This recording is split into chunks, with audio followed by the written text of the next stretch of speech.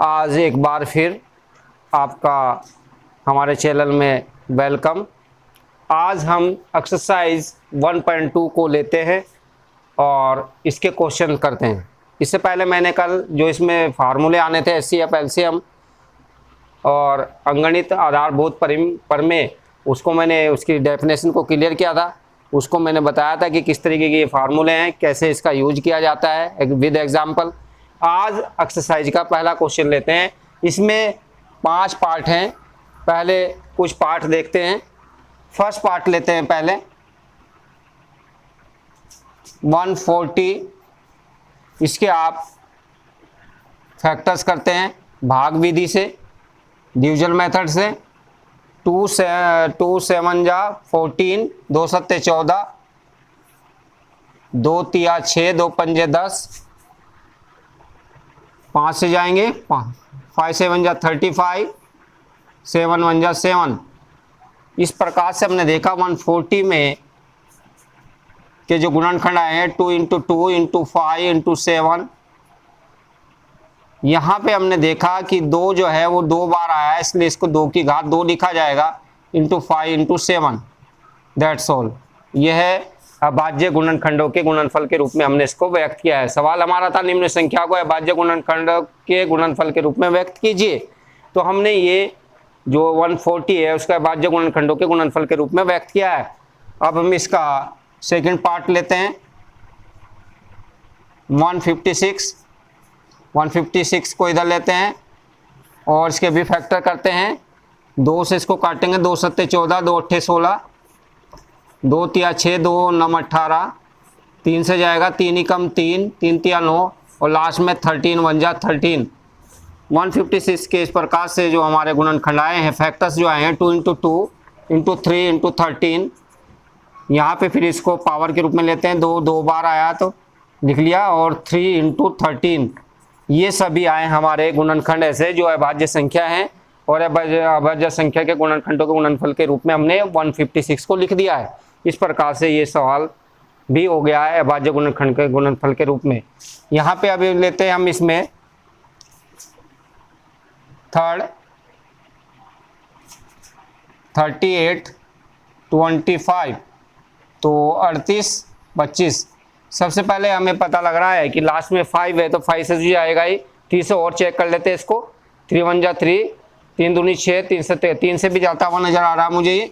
3 ही कम 3, 3 दूनी 6, 3 7 की 3 पंजे 15।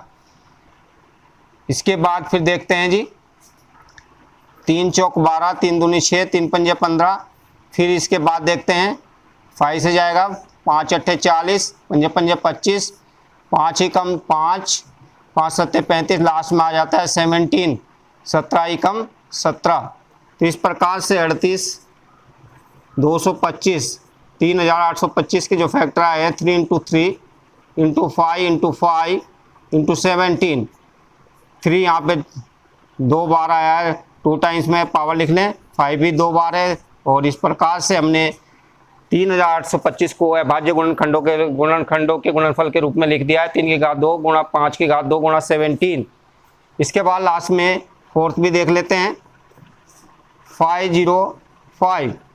यहाँ से हम देखते हैं 505, 5 है लास्ट में, 5 से जाएगा 5 ही कम 5, 5 0 5 0, 5 ही कम 5। इसके बाद 7 से 7 ही कम 7, बचे 3 7 चौक 28, 7 ही कम 7, 7 चौक 28, 7 तिया 21। फिर हमारा 11 से जाएगा 11 ही कम 11, 11 तिया 33, 11 ही कम 11, 11 तिया 33 और लास्ट में आ जाएगा 13 से 13 1 जा 13। इस प्रकार से हमने देखा 5005 के जो फैक्टर्स आए हैं 5 × 7 × 11 × 13, दैट इज आंसर। यही अभाज्य गुणनखंडों के गुणनफल के रूप में हमने 505 को लिखा है। तो इसमें हमारा यह है कि किस संख्या से ये डिविजिबल है, किससे भाग हो सकता है, उसको हम देखते हुए गुणनखंड करते हैं और फिर इसको अभाज्य गुणनखंडों के गुणनफल के रूप में लिखते हैं। That's all. क्वेश्चन नंबर 2 लेते हैं। पूर्णांकों के निम्न युग्मों के एचसीएफ और एलसीएम ज्ञात कीजिए तथा इसकी जांच कीजिए कि 2 संख्याओं का गुणनफल = एचसीएफ × एलसीएम है। यहाँ पे 3 पार्ट दिए हुए हैं। फर्स्ट पार्ट है 26 और 91, सेकंड है 510 और 29 और थर्ड है 336 और 54। यहाँ पे फर्स्ट पार्ट आपके लिए किया जाता है। First part done for you 26, 91। तो सबसे पहले हम 26 के फैक्टर करते हैं। 2 से इसको चलाएंगे, 2 ही कम 2, 2 तिया 6, 13 ही कम 13।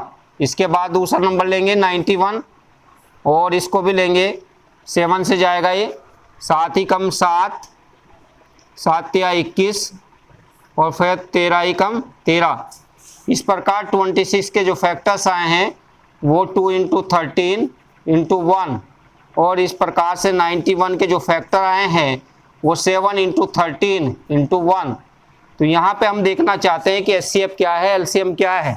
तो HCF के लिए हम देखते हैं, जैसा कि कल मैंने एग्जाम्पल में बताया था कि पहली संख्या के गुणनखंडों का मैचिंग दूसरे वाली संख्या में करते हैं। यानी पहली संख्या के वो कौन से गुणनखंड है जो दूसरी संख्या के गुणनखंडों में मैच कर रहे हैं। तो सबसे पहले हम देखते हैं 2 नहीं मैच कर रहा है, 13 है, 13 जो है दोनों में है, आएगा 1 भी है। तो इस प्रकार से इसका जो आंसर आया है 13 आया है HCF। अब LCM देखते हैं जी।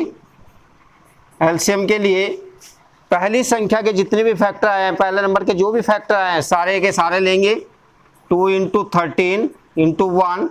अब सेकंड वाले में जो सेकंड नंबर है उसके जो फैक्टर्स हैं उनमें वो लेंगे जो रिपीट नहीं हुए हैं, जो ऊपर नहीं आए हैं। 7 देख रहे हैं नहीं आया तो इसको लेना पड़ेगा आपको, और 13 आ चुका है और 1 भी आ चुका है। इस प्रकार से ही आया। तो इस मल्टीप्लिकेशन को देखते हैं, 13 दूनी 26 गुणा 7, 7 छंग 42, 7 दूनी 14, 14 और 4 18, 182 ये आया है आपका LCM। अब उत्तर की जांच, उत्तर की जांच